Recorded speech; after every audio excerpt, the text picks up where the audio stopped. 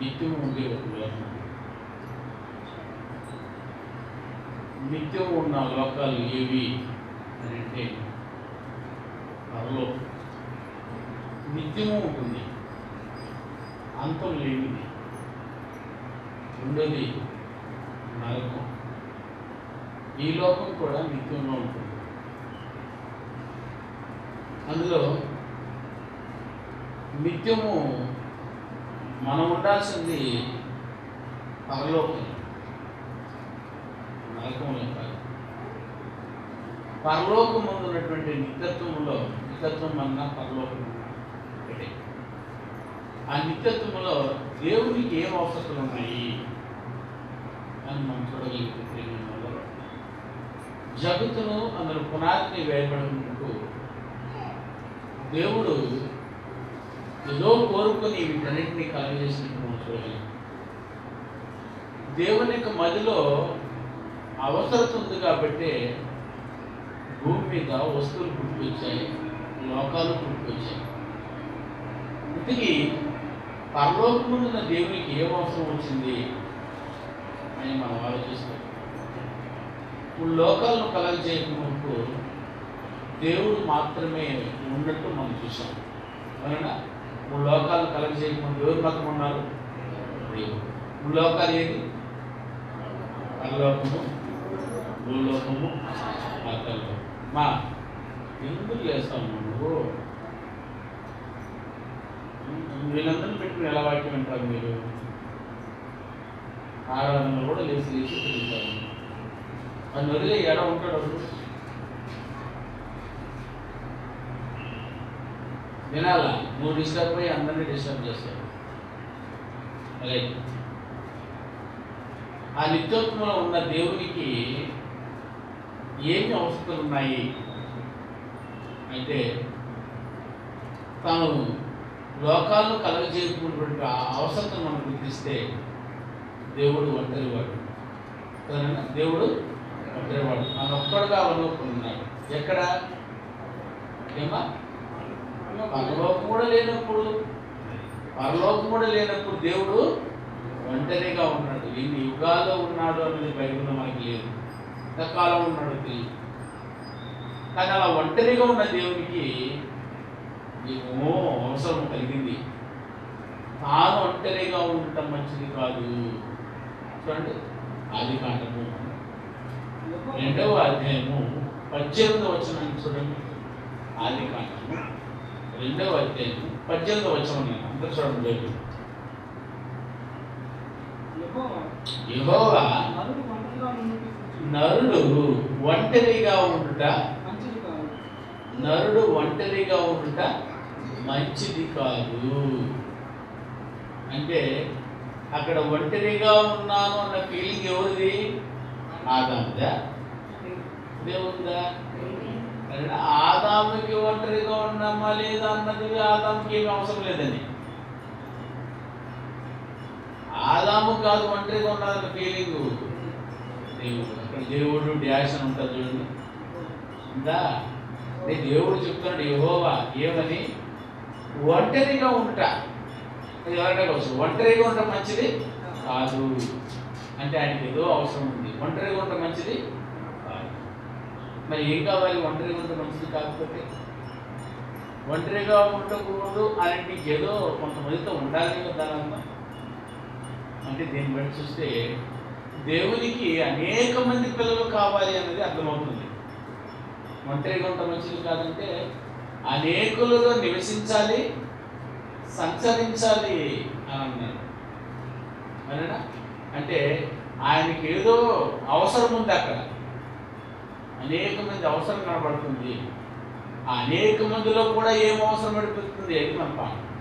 అనేక మంది కూడా ఏం అవసరం, ఆయన ఏం ఎదురు చూస్తున్నాడు అని అంటే తాను ఎలాంటి వాడో అలాంటి కలిగిన వ్యక్తిత్వాలు కావాలి. అక్కడ ఆయన ఎలాగో ఉన్నాడో అలాంటి రూపాలు ఉండాలి, వారిలో ఉండాలి అనుకుంటున్నాడు, వారితో నివసించాలనుకుంటున్నాడు. తను లాంటి వాళ్ళు అనేక మంది కావాలి. తన లాంటి వాళ్ళైతే కదా మనం ఆయన పిల్లలం అవుతాము. నా కొడుకు ఎట్లుండాలి?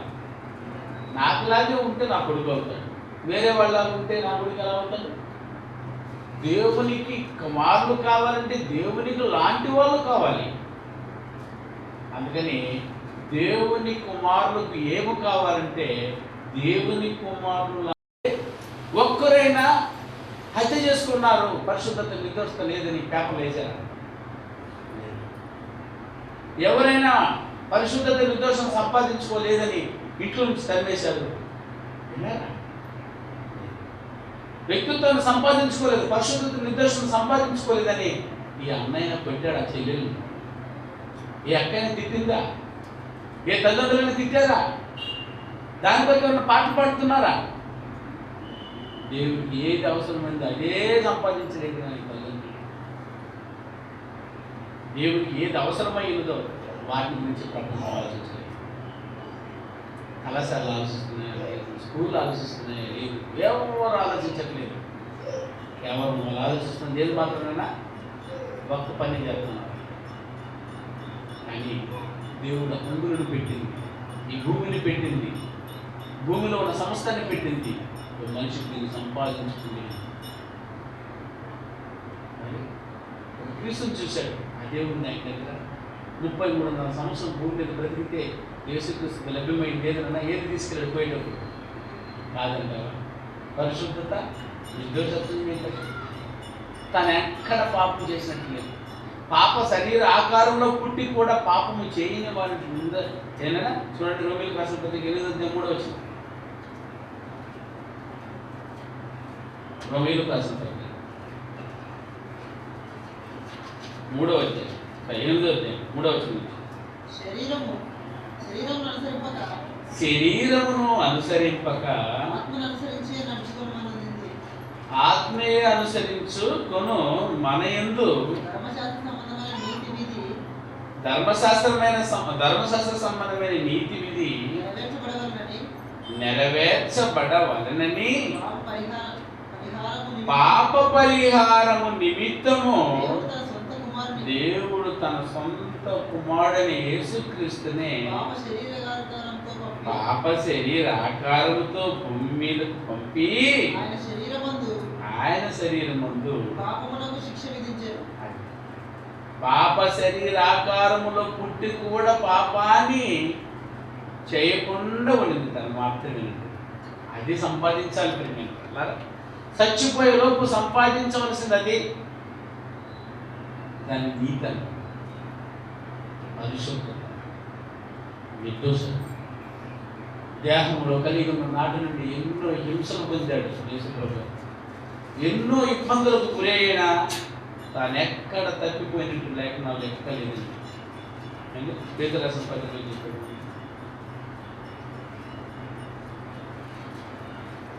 4వ అధ్యాయం మొదటి పత్రిక, పేతురు రాసిన మొదటి పత్రిక 4వ అధ్యాయం 1వ వచనం చూడండి.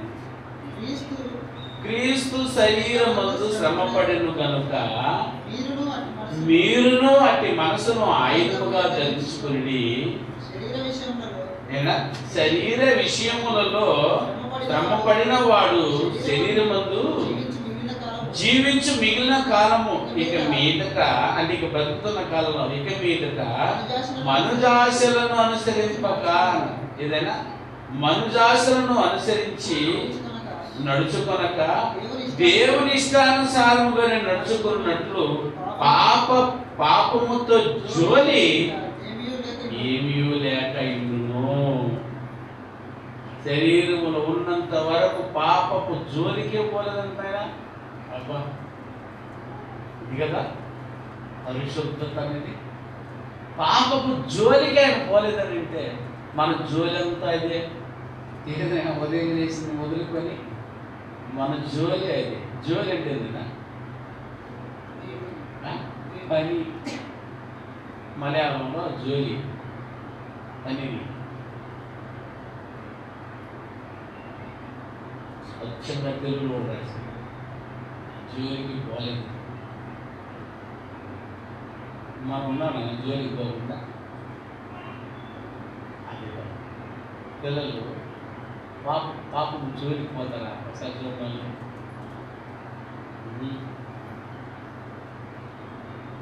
అంటే వాళ్ళు కాకే కానీ పనులకు పోవడం. ఎంత పెద్దవారినైనా ఆత్మలో ఎలాంటి వాళ్ళని అయిపోవాలనైనా చిన్నపిల్లలు లాంటి వాళ్ళు.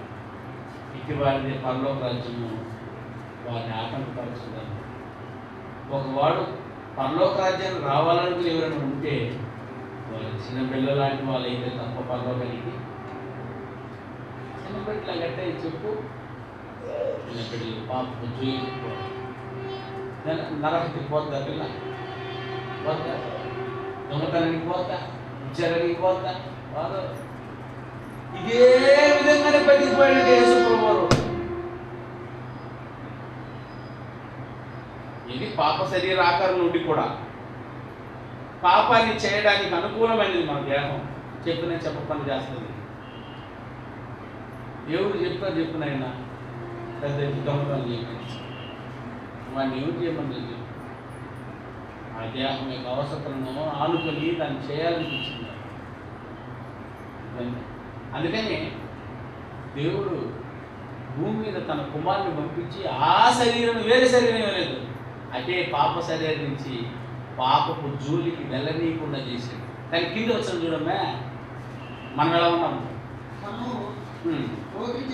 మనమైతే ఆయనేమో ఆ జోలికి పోవాలి. మనమైతే పోకిరి ఉదయమే చెప్పారు, పోకిరి బోధకులు ఉన్నారని. పోకిరి శాస్త్రులను, దురాశను, మద్యపానమును, అల్లరితో కూడిన ఆటపాటలను, తాగుబోతుల విందులను, చేయదగని విగ్రహ పూజలను మొదలైన వాటి యందు నడుచుకొనుచు అన్ని జనుల ఇష్టమును నెరవేర్చుచుంటకు తగిన కాలమే సరిపు చాలు. ఇట్లాంటి పనులు నిమగ్నమైనది జోలంతా అదే చూడండి. అందుకని దేవునికి ఏం అవసరమైనదో కూర్చొని ఆలోచించాలి ప్రేమైన వల్ల. నిత్య రాజ్యాన్ని కలగజేసి దేవుడు అందులో పరిశుద్ధులను నిర్దోషులను చూసుకోవాలనుకుంటున్నాడు అక్కడ. అందుకే సమస్తాన్ని కలగజేసింది, దానికి అనువైన ప్రపంచాన్ని కలగజేశాడు. అందుకే 3 లోకాలను కలగజేశాడు. అందులో భూమి మీద ఉన్న మనకు 3 కాలాలను ఇచ్చాడు. 3 కాలాలను దేవుడు ఇవ్వడానికి కారణము చూడు. ఏ కాలం ఇచ్చాడు? హెబ్రీయులకు రాసిన పత్రిక, హెబ్రీయులకు రాసిన పత్రిక 1వ అధ్యాయం 1వ వచనం నుంచి చూడండి. పూర్వకాలం ముందు హెబ్రీయులకు రాసిన పత్రిక 1వ అధ్యాయం 1వ వచనం నుంచి, పూర్వకాలము నందు నానా సమయములు నానా విధములుగాను ఏదైనా ప్రవక్తల ద్వారా పితరులతో మాట్లాడిన దేవుడు ఈ దినముల అంతమందు కుమారుని ద్వారా మనతో మాట్లాడిను. ఆయన సమస్తమునకును వారసునిగా నియమించను. ఆయన ద్వారా అండర్లైన్ చేయండి మాటను. ఆయన ద్వారా ప్రపంచములను నిర్మించను. ప్రపంచములను నిర్మించను. అక్కడ ఒక అంకెను చూడండి అన్న, అంకెకి కింద అర్థం ఇచ్చుంటారు చూడండి. యుగములను, యుగములను పుట్టించాడట. ఈ యుగాలు ఎన్ని యుగాలు ఉన్నట్టు చెప్తున్నాయినా పైన వచనాల్లో 3 యుగాలు ఉన్నట్టు చెప్తున్నాడు. ఎన్ని యుగాలు ఉన్నాయి? 3 యుగాలు అన్నా. ఎవరెవరు ఉన్నది ఒక యుగం? పితరులు ఉన్నది ఒక యుగం. రెండోది ప్రవక్తలు బతికింది ఒక యుగం. మూడోది క్రీస్తు ఉన్న యుగం. 3 యుగాలు. మళ్ళీ చెప్తున్నా విన్నాను. మీరు చెప్తేనే మీ బాప్తిస్మం ఇచ్చేది. చదువు వచ్చినా చదువు రాకపోయినా, అందుకని మీరు వింటే తప్ప చెప్పలేదు. అందుకని నేర్చుకోవాలని వినండి. ఏదో వినాలని మిమ్మల్ని బలవంత పెట్టలేదు కదా. వెళ్ళిపోయిన వాళ్ళతో అందరూ వెళ్ళిపోతారుగా. మరి మిమ్మల్ని ఎందుకు వచ్చారు ఇక్కడికి? నేర్చుకోవాలనే కదా. నేర్చుకోవాలని వినాలని వచ్చారు. అది అందుకని వచ్చారు కాబట్టి కరెక్ట్గా వినండి. 3 యుగాలు ఉన్నాయి. 3 యుగాలను దేవుడు పుట్టించాడు. తనకు కావలసిన ఏం కావాలి? దేవునికి కావాల్సింది ఏంటి? మర్చిపోకూడదు. దేవునికి కావాల్సింది ఏదైనా పరిశుద్ధత, నిర్దోషత్వము అన్నటువంటి గుణలక్షణాలు కావాలి. కాబట్టి ఆయనకి ఇప్పుడు ఏ కావాలా? 3 యుగాలు కావాల్సింది. ఇందుకే 3 యుగములను ఆయన ఎందుకు చేశాడంటే ఆయనకి కావాల్సిన పరిశుద్ధత, నిర్దోషత్వము కావాలని. అందులో మొదటి యుగం అవునా? మొదటి యుగం ఎవరి నుండి ఎవరెవరకు? పితరులు అంటే మొట్టమొదటి పితరుడు ఎవరు? ఆదాము దగ్గర నుండి మోషే వరకు. వెరీ గుడ్, గుర్తుపెట్టుకోండి. ఆదాము నుండి మోషే వరకు ఒక యుగం. దాన్ని పితరులు బ్రతికిన యుగం. అది దాన్ని పితరులు యుగము అని చెప్పొచ్చు. ఓకేనా?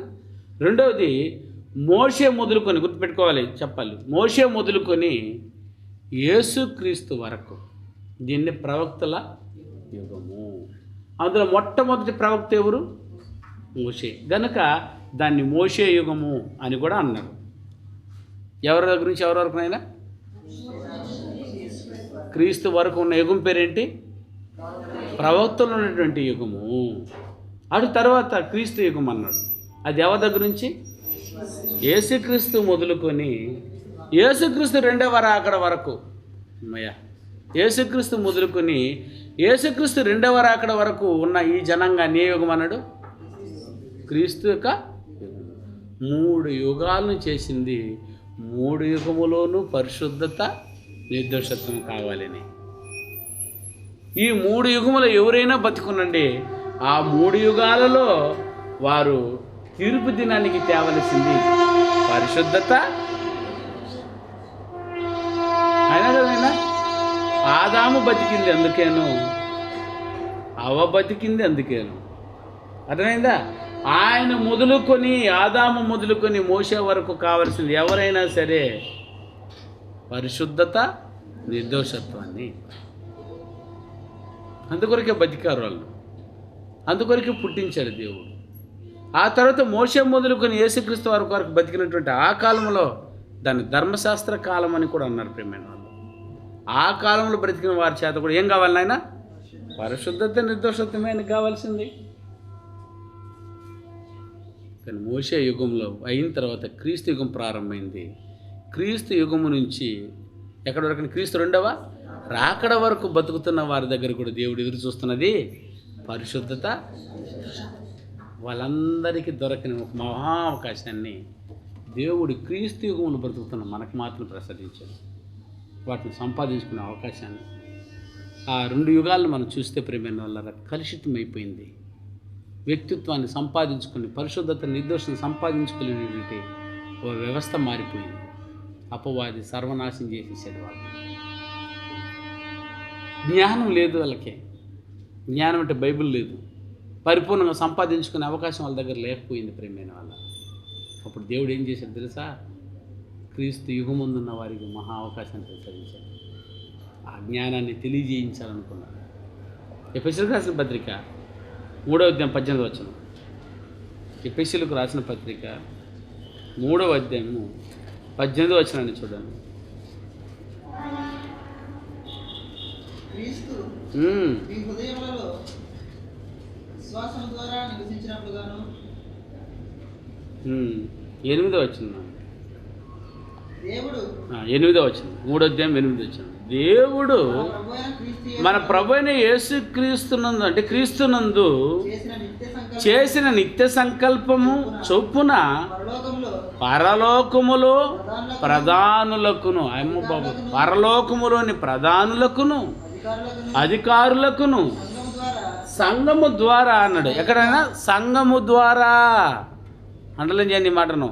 సంఘము ద్వారా తన యొక్క నానా విధమైన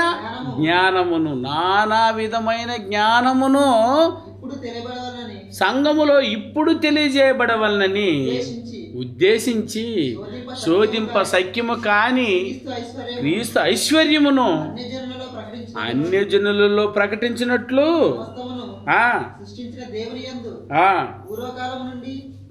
పూర్వకాలము నుండి మరుగయ్యున్న ఆ మర్మమును గూర్చిన ఏర్పాటు.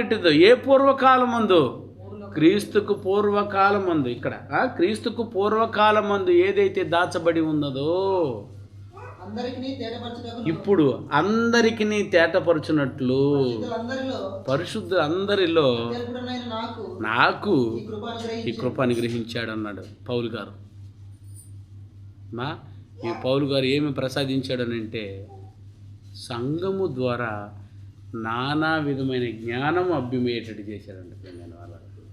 ఈ నానా విధమైన జ్ఞానము సంఘం ద్వారా ఏమవుతుంది? బయలుపరచబడుతుంది. ఈ జ్ఞానం ఎవరికి కూడా తెలియలేదట? ప్రధానులకు. ప్రధానులు ఎక్కడుండేదా? పరలోకమందున్న ప్రధానమైన దూతలకు కూడా తెలియలేదంటమ్మా. మీకు తెలిసింది. ఎంత మా భాగ్యం చెప్పండి. మోషేకి తెలియంది మీకు తెలిసింది, అబ్రాహాముకి తెలియంది మీకు తెలిసింది. వాళ్ళకి లేవు. అప్పుడు ఈ 66 పుస్తకాలు కలిగిన జ్ఞానం కలిగిన బుక్ వాళ్ళ దగ్గర లేదు. నేను అప్పుడు ఎంత భాగ్యులమో చూడు మనం ఈ యుగానికి పుట్టి. పరలోకముందున్న దేవదూతలకు కూడా తెలియదా? తెలీదు. మీకు తెలిసింది. మీరు ఎంత నేనా మనం మనల్ని చీప్గా చూసుకుంటుంటాం. మనం సంఘం అంటే చర్చికి పోయాలా అంటుంటాం. చర్చి అంటే ఎంత గొప్పదో చూశారు. ఈ చర్చిలో ఈ జ్ఞానాన్ని తెలియజేసి ఈ జ్ఞానము విన్నవారి చేత పరిశుద్ధత నిర్దోషత్వం సాధింపజేస్తాను. అది 3 యుగాల్లో దక్కని 3వ యుగం ఉందన్న మనకు ఇచ్చిన దేవుడు గొప్ప భాగ్యం. 3 యుగాల వారికి లేదు నాన్నది. నానా విధమైన జ్ఞానాన్ని ఇప్పుడు సంఘం ద్వారా తెలియజేయించి తెలుసుకొని తండ్రిన దేవుని యొక్క అవసరత లేదో చూసుకోండి. బైబిల్లో వాళ్ళకి ఆ రోజు లేదు. ఇది తెలిసి ఉంటే వాళ్ళకు సంపాదించుకొని ఉంటారా? అబ్రహాం చూశాడు, అయ్యో నేను యేసుక్రీస్తు దినములను చూడగోరి తిని. చూడండి మాటలు ఎంత బాగుందో, ఎంత ఆశపడ్డారు చూడండి. యోహాను సువార్త 8వ అధ్యాయము. యోహాను సువార్త 8వ అధ్యాయం చూడండి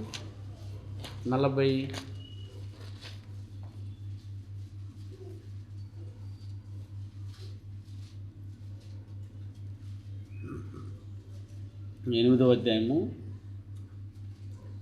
16వ వచనం నుంచి కింద చదువుకుంటాను. ఆయన నేను ఒక్కడనై ఉండక నేనును నన్ను పంపిన తండ్రి కూడా కనుక నేను తీర్పు తీర్చినను నా తీర్పు సత్యమే. ఓకే. మరియు ఇద్దరు మనుషుల సాక్ష్యం సత్యమని మీ ధర్మశాస్త్రంలో రాయబడినది కదా. నన్ను గూర్చి నేను సాక్ష్యం చెప్పుకునేవాడు. నన్ను గూర్చి నేను సాక్ష్యం చెప్పుకునేవాడను. నన్ను పంపిన తండ్రియు నన్ను గూర్చి సాక్ష్యం ఇచ్చుచున్నాడని చెప్పాను. వారు మీ తండ్రి ఎక్కడ ఉన్నాడని వారిని అడగగా నన్ను ఎరిగి ఉంటిరా, నా తండ్రిని కూడా ఎరిగి ఉందని వారితో చెప్పాను. ఆయన దేవాలయంలో బోధించుచుండగా కానుక పెట్టిన ఒక చోట ఈ మాటలు చెప్పాను. ఆయన గడియ అది కాదు నాన్న.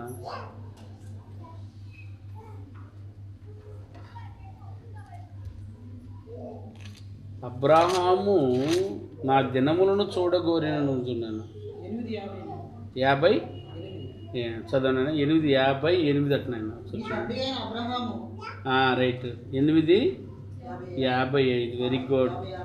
56 వచ్చిన మీ తండ్రి అయిన అబ్రహాము రైట్. మీ తండ్రి అయిన అబ్రహాము నా దినమును చూతునని మిగులు ఆనందించాను. అది ఏంది? ఏ దినాలను చూడాలని నాశపెట్టాడంటే అబ్రహాము ఏ దినాలను చూడ ఇష్టపడ్డాడట? యేసు ప్రభు దినాలు కావాలని అబ్రహాము లాంటి వారే కోరుకున్నాడని అంటే అసలు మనం ఎలాంటి వాళ్ళని ఒకసారి ఈ దినములలో యేసుక్రీస్తు ఉన్న దినములలో పుట్టాలనుకున్నాడట. కానీ ఆ భాగ్యం వాళ్ళకి లేకుండా పోయింది, నీకు దక్కింది. అందుకే వాళ్ళు కోరుకున్న దినాలలో వారుండలేదు. అది తెలియని బతుకులకి, తెలియని మన బతుకులకి దేవుడు దాన్ని పెట్టాడు. ఆయన తెలుసుకోలేదు. అందులో పెట్టి తండ్రిని దేవుడు మన దగ్గర ఏది కోరుకుంటున్నాడో తెలియలేదు. పెట్టి ఆ సంఘములో నానా విధమైన జ్ఞానాన్ని తెలియజేసి పరలోక రాజ్యానికి ఏం కావాలో, తండ్రిని దేవునికి ఏం అవసరమైనదో 66 పుస్తకాల్లో క్లుప్తంగా రాసి మన చేతిలో పెట్టేశాడు. ఇప్పుడు దాన్ని చదువుకుంటున్న మనము దాన్ని ఈజీగా సంపాదించుకోగలం. గతమైందన్నా ఎలా సంపాదించుకోవాలి దాన్ని? పాపం ఉన్న వ్యక్తి సంపాదించుకోలేడు. ఏం చేయాలా? పాపాన్ని పోగొట్టుకోవాలి. అపరాధముల చేతను పాపముల చేతను సచ్చిన వారైన మనము ఏం చేయబడట్లైనా క్రీస్తుతో పాటు బ్రతికించబడాలి. ఎఫెసీయులకు రాసిన పత్రిక 2వ అధ్యాయము 2వ వచనం.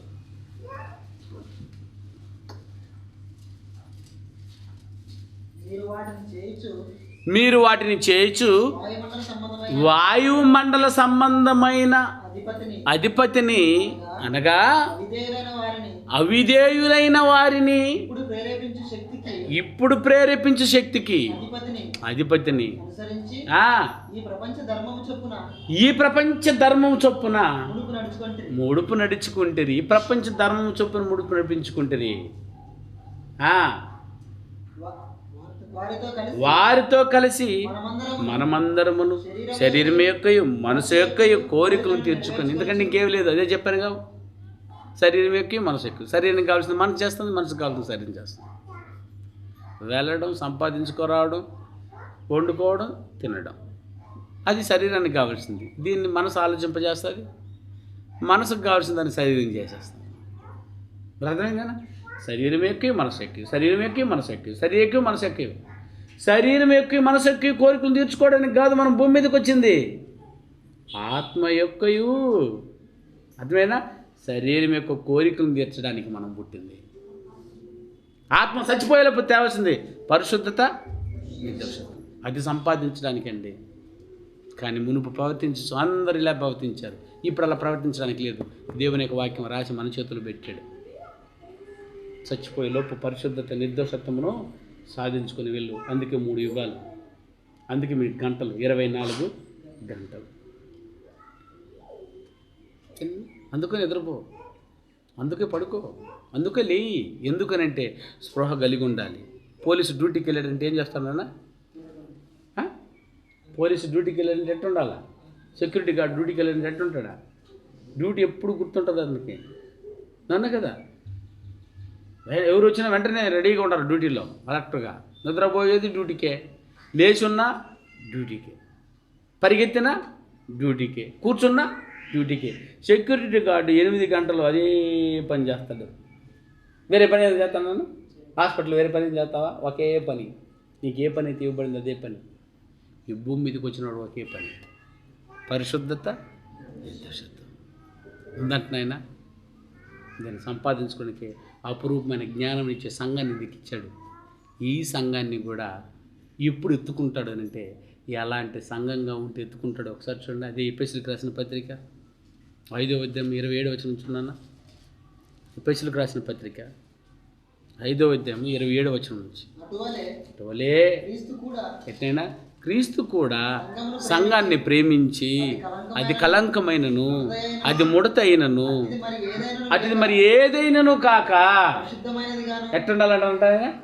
ఏది సంఘం కూడా అబ్బబ్బబ్బా, ఆ సంఘములో అవకాశం ఇచ్చింది ఇదిగనైనా పరిశుద్ధమైనది గాను, నిర్దోషమైనది గాను, మహిమగల సంఘముగా ఆయన తన ఎదుట నిలువ పెట్టుకునే వాళ్ళని.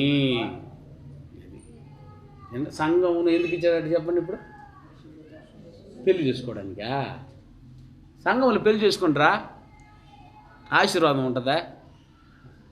పెళ్లి చేసుకో, సహవాసం చేసుకో, వండి తినుకో, ఇది కన్నా కాదయ్యా.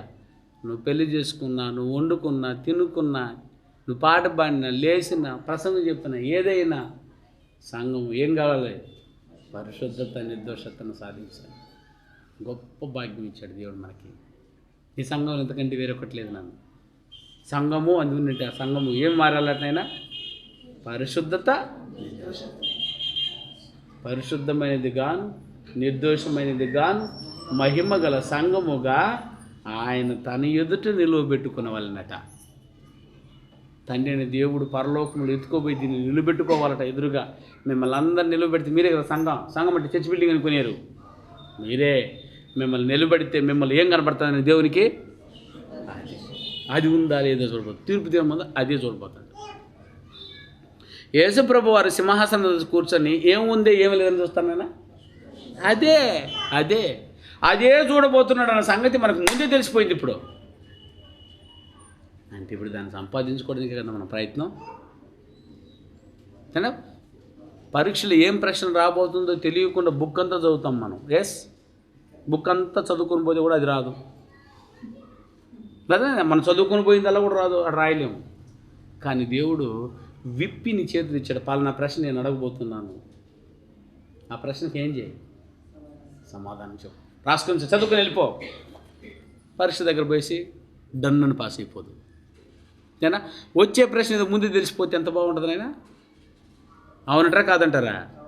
అది ఒకప్పుడు తెలియలేదు. ఈ లోక సంబంధమైన చదువుల్లో కూడా అది చూపించరు. కానీ పరలోకానికి వెళ్ళడానికి ఒక అపురూపమైన అవకాశం చేతిలో పడేసేది.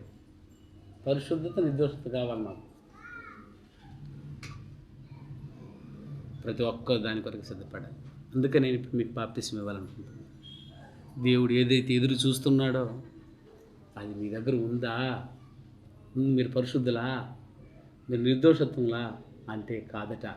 ఎవరినైనా అందరూ ఎవరంటైనా పాపలు, నీతిమంతుడు లేడు, ఒక్కడును లేడు, అందరూ పాపము చేసి దేవుడిని గురించి మహిమను పొందనేంటి వారు అందరూ పాపం అన్నాడు. ఇప్పుడు పాపం ఉండే వారందరూ ఎక్కడికి వెళ్ళారు? ఎందుకని? పరలోకం ఎట్లాంటిది? మరి అక్కడికి వెళ్ళాలంటే మీకేం కావాలా? అది కావాలంటే మీ పాపాలంతా కడిగేసుకోండి.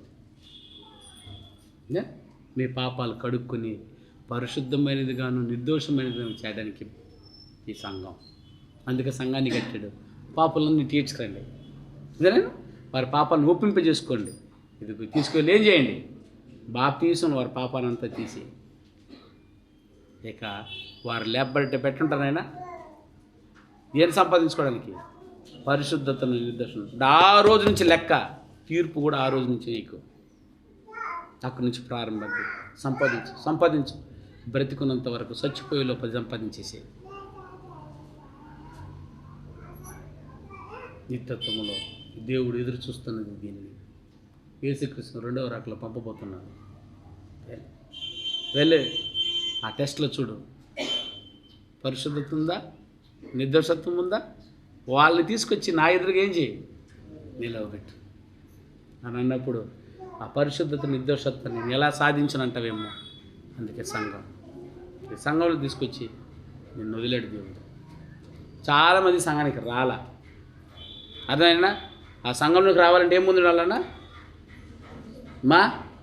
బాప్తీసము పొంది ఉండాలి. బాప్తీసం పొందాలంటే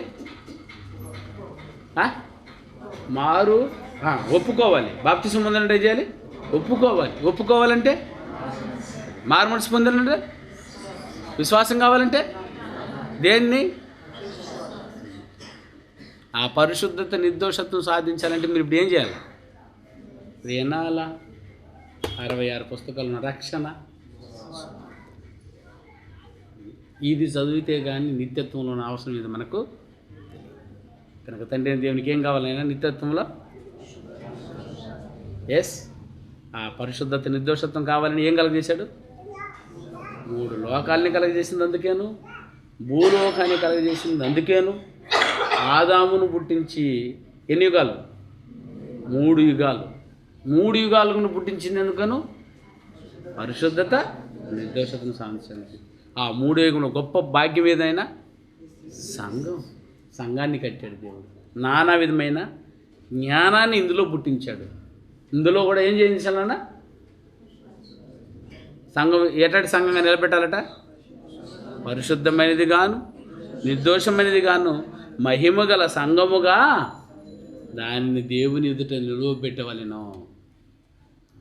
అంటే ఆయనకు కావాల్సింది ఇది ఉందా లేదా? లేకపోతే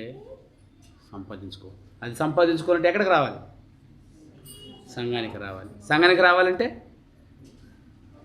బాప్తిసం పొంది ఉండాలి. బాప్తిసం పొంది ఉండాలంటే ఒప్పుకొని ఉండాలి. ఒప్పుకోని ఉండాలంటే మారు మనసు పొంది ఉండాలి. మారు మనసు పొంది ఉండాలంటే విశ్వాసం కావాలంటే వినాలి. ఇవేనంటే నాకు బాప్తిసం ఇచ్చేయంటే నేను ఎందుకు ఇస్తాను? నేను డబ్బులు కొరికించుకునేవాడినా? అయినా ఒక తలకి 10 రూపాయల 50 రూపాయలట. అట్లాంటి ధర్మాలు ఇక్కడ ఏం జరగట్లేదు. అట్లాంటి అధర్మాలు లేదు. ఇది ధర్మం. తండ్రి యొక్క చిత్తం తీర్పును దాటుకోవాలనుకుంటున్నావరా? ఇక్కడికి తండ్రి దేవుడిని ఎదురు చూస్తున్న వ్యక్తిత్వాన్ని సంపాదించుకోవడానికి ఇక్కడికి రా. పరిశుద్ధతని నిరోధం కావాలనుకుంటున్నావా? ఎక్కడికి రా. డాక్టర్ అవ్వాలా? ఎక్కడికి రా. డాక్టర్ అవ్వాలంటే ఎక్కడికి పోవాలా? ఎన్ని సంవత్సరాలా? ఎక్కడికా? ఏ కాలేజీకా? మెడికల్ కాలేజీకి. ఇంజనీర్ అవ్వాలంటే ఇంజనీరింగ్ కాలేజీకి పో. అవునా కదా ఆయన? డాక్టర్ కావాలంటే మెడికల్ కాలేజీకి పో. ఇంజనీర్ అవ్వాలంటే టీచర్ కావాలంటే బీఈడి కాలేజీకి పో. ఓ దేవుని కుమారు కావాలంటే బైబిల్ విజ్ఞాన కళాశాల సంఘానికి రా. ఇది కూడా కళాశాలే. రా. పోయేటప్పుడు ఏమి నేర్చుకోబోలేదు. 5 సంవత్సరాలు పూర్తయితే ఒక ప్రాణాన్ని కాపాడేది నేర్చుకొచ్చినావు. ఎక్కడి నుంచే? హాస్పిటల్. 5 ఏండ్లలో ఒక సాధారణమైన వ్యక్తిని 5 ఏండ్లలో ఒక ప్రాణాన్ని కాపాడే డాక్టర్ని చేసింది ఆ కాలేజీ. ఇంజనీర్ని ఏమి తెలియని నీకు బిల్డింగ్ ఎలా కట్టాలో, రోడ్డు ఎలా వెయ్యాలో మార్చి చేసి పంపించింది 5 ఏండ్లలో ఆ ఇంజనీరింగ్ కాలేజీ. అర్థమైందా? మరి ఈ కాలేజీ చచ్చిపోయే లోపు నిన్ను కాపాడుకొని నీ పక్కవాన్ని కూడా కాపాడుకొని తీసుకెళ్ళి మహా కార్యక్రమం కాలేజీ. కాబట్టి నిత్యత్వంలో దేవునికి అవసరత ఏంటైనా మర్చిపోకూడదు. ఏం కావాలంటే అతనికి రేపు తీర్పు దినం ముందు కూడా ఇది అడగనై అన్నాడు. ఇది ఎవరికి ఉందో వాళ్ళు తీసుకెళ్తాడు, ఇది ఎవరికి లేదు వాళ్ళని ఏం చేస్తారైనా నిత్య నరకగ్ని. అది కూడా నిత్యత్వమే. అక్కడ వదిలిపెట్టి వెళ్తారు. కాబట్టి ఆ నిత్యత్వంలో దేవునికి అవసరతను తెలుసుకొని దాని కొరకు ఇప్పుడు మీరేం చేయాలన్నా సంపాదించాలంటే ఎక్కడికి రావాలా? సంఘంలో ఎంటర్ అవ్వాలంటే అది ఇప్పుడు ఆ పనిలో ఉన్నారు. బాప్తిసం పొందాలి. మీరందరూ పొందాలంటే జాగ్రత్త. రక్షణ సువార్తను సంపూర్తిగా వినేయాలి. అందుకే క్రమం తప్పకుండా. ఇప్పుడు కొంతమంది 6 వచ్చారు, కొంతమంది ఇప్పుడు రాలా. ఇప్పుడు మీరు వస్తే వాళ్ళ కోసం ఒక పాఠం చెప్పకుండా పోతే, ఒకవేళ వాళ్ళ పాఠం దాటేసుకుని వెళ్ళిపోతే మళ్ళీ వాళ్ళు ఏం పాఠం ఇస్తాం? మళ్ళీ వారి కోసం మళ్ళీ చెప్దామా? అలా ఉండకూడదు. ఒప్పుకున్నావా? కడ వరకు రా. పూర్తిగా విని అప్పుడు వస్తుంది విశ్వాసం, అప్పుడు వస్తుంది మారు మనసు, అప్పుడు వస్తుంది ఒప్పుకుంటాం, అప్పుడు ఇస్తాం బాప్తిసం. ఆ తర్వాత సంఘములో ప్రవేశించేస్తాం. ఎక్కడ? సంఘములో ప్రవేశించిన తర్వాత ఎట్లా వస్తుంది సార్ వ్యక్తిత్వం అంటారా?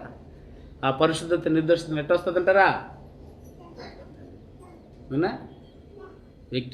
వ్యక్తిత్వం రావాలంటే, గుణ లక్షణాలు కావాలని అంటే ఏం కావాలమ్మా? క్రియలు చేయాలి.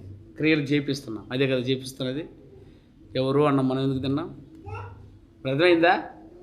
అదే నువ్వు పెట్టు, నువ్వు తిను. ఇది ఎక్కడ ఉంది నాన్న? ధనవంతుడు నువ్వు ఇంట్లో పోయి మీరు తింటారా? తింటాం. ఒకవేళ పిలిస్తే వాడింట్లో, ధనవంతుడి ఇంట్లో మనం పోయి తినగలం, కానీ వాడు మన ఇంట్లో వచ్చి తింటాడా? కానీ సంఘంలో నువ్వు ధనవంతుడైనడు, నువ్వు దరిద్రుడైన ఉండు, నీ అన్నాన్ని వాడు తినాలా, వాడన్నాన్ని నువ్వు తినాలా. అప్పుడు ఏర్పడేదే వ్యక్తిత్వం. అర్థమైందా? ఆ వ్యక్తిత్వం నీకు కావాలని అంటే సత్క్రియలు చేయాలి. సత్క్రియ చేయాలంటే ఏం చేయాలన్నా? ప్రేమ ఉండాలి కదా. అది ఏ ప్రేమ చెప్పాను? అది దేవుని యొక్క ప్రేమ. ఆ ప్రేమ కావాలి.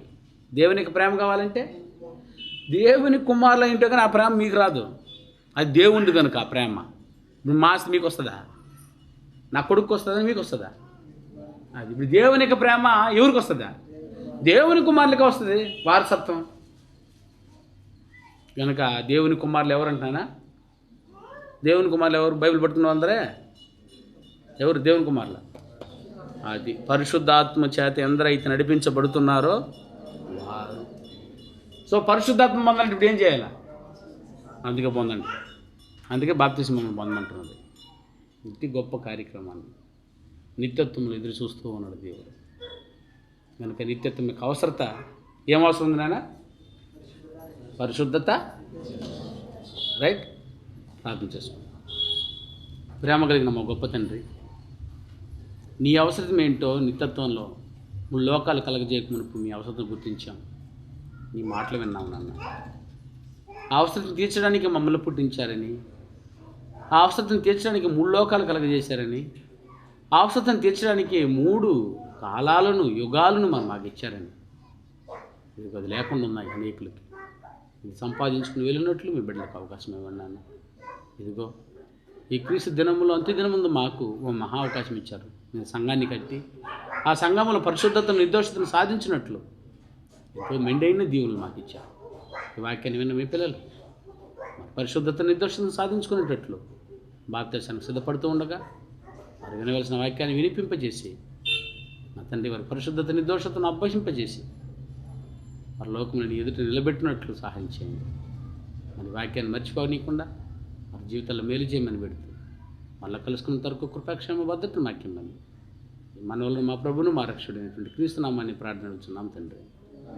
బైబిల్ విజ్ఞాన కళాశాల నెల్లూరు ప్రిన్సిపాల్ పి. మోజస్ రఘు గారి కలం గలం నుండి వెలువడిన అద్భుతమైన ఆధ్యాత్మిక ప్రసంగాల ఆడియో వీడియో సీడీలు డివిడీలు మరియు పుస్తకముల కొరకు సంప్రదించవలసిన చిరునామా బైబిల్ ఎడ్యుకేషనల్ లెర్నింగ్ సెంటర్ వారి బైబిల్ విజ్ఞాన కళాశాల Nellore 16-3-350 Muthyalapalem Ramalingapuram Nellore pin code 524003. Cell numbers 9440910008. మరొక నంబరు 7095910008.